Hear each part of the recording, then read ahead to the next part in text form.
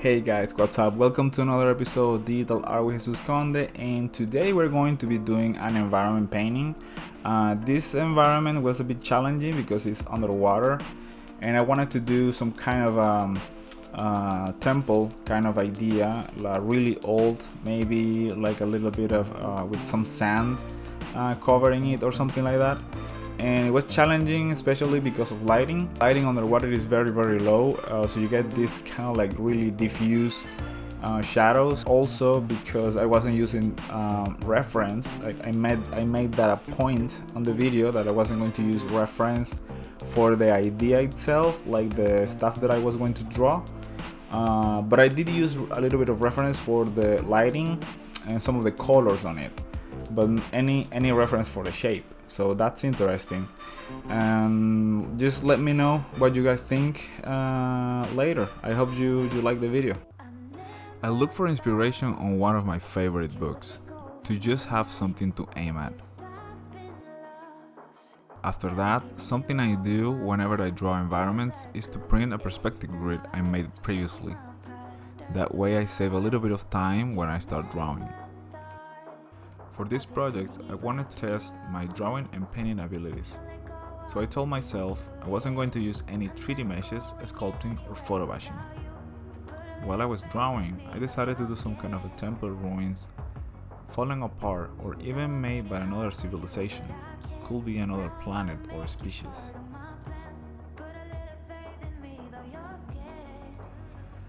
Also integrated to the ocean floor, like if it was covered by the sand with time. While I was doing this, I felt free of drawing my ideas, and I could notice how drawing a little bit every day as a practice kicked in. The anatomy, perspective, and all of that. At the same time, I was also thinking about what palette of colors I could have.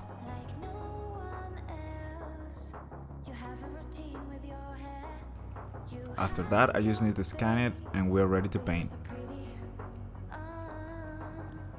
I started applying a background really rough with a brush that had color dynamics on. That way I can paint big areas with kind of a random effect that will give a better starting point, with more texture instead of just a flat color. Obviously, when we are talking about underwater environment, we know that the light is really subtle, almost none, so we shouldn't have bright highlights. All that said, I didn't want to make a super dark image, so I went with my gut in terms of how bright the image should be. The reference I found are actually really close to the surface, so it's not the same parameter as in my painting, but I did like the colors on it. At this point, I'm trying to give everything a little bit of value without getting stuck on any specific place of the painting. Or to say it straight, just painting everywhere I can. Just to have something as a starting point enables me to make decisions and modify things. Having a flat image or without any volume is really scary for me.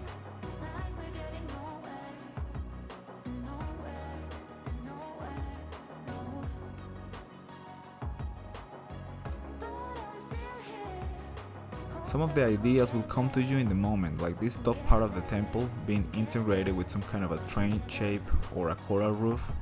This wasn't planned, it just came to me while I was doing it.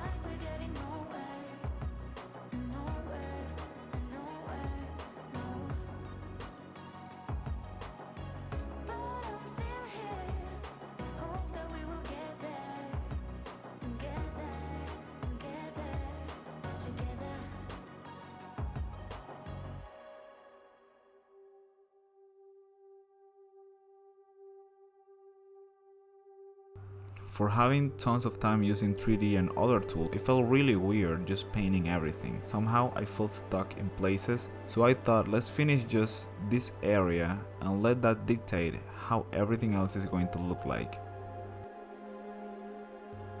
For that, I concentrated on this sculpture of a face, that in my mind it was some kind of underwater humanoid species or something. That for sure is inspired on something that I've seen before and is in the back of my mind, like the character from the Shape of Water movie or the Hellboy movie. Once I got this part figured out, I could continue with the rest of the painting a bit less stressed.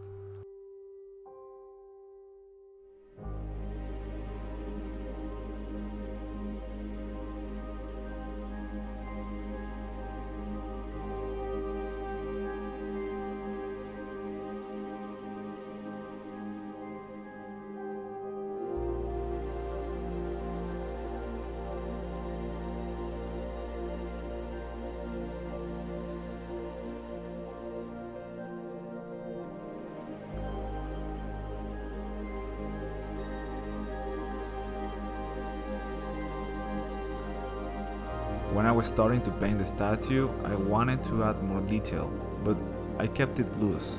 I did have a limit of time for doing this painting.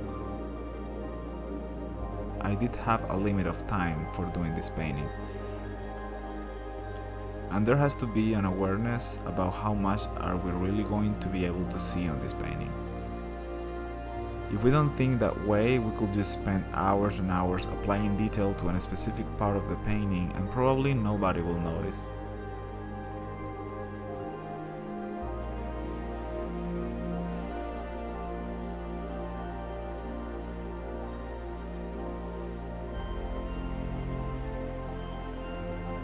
As a final touch, I added some gut rays coming from the top.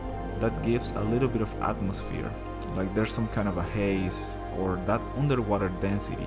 Maybe it could have been a bit stronger, but I didn't want to make the image fuzzy.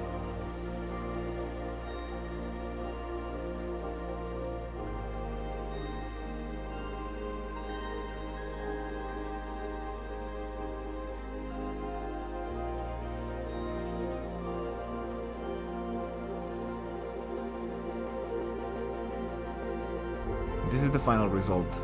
I really hope you enjoyed this image as much as I enjoyed making it.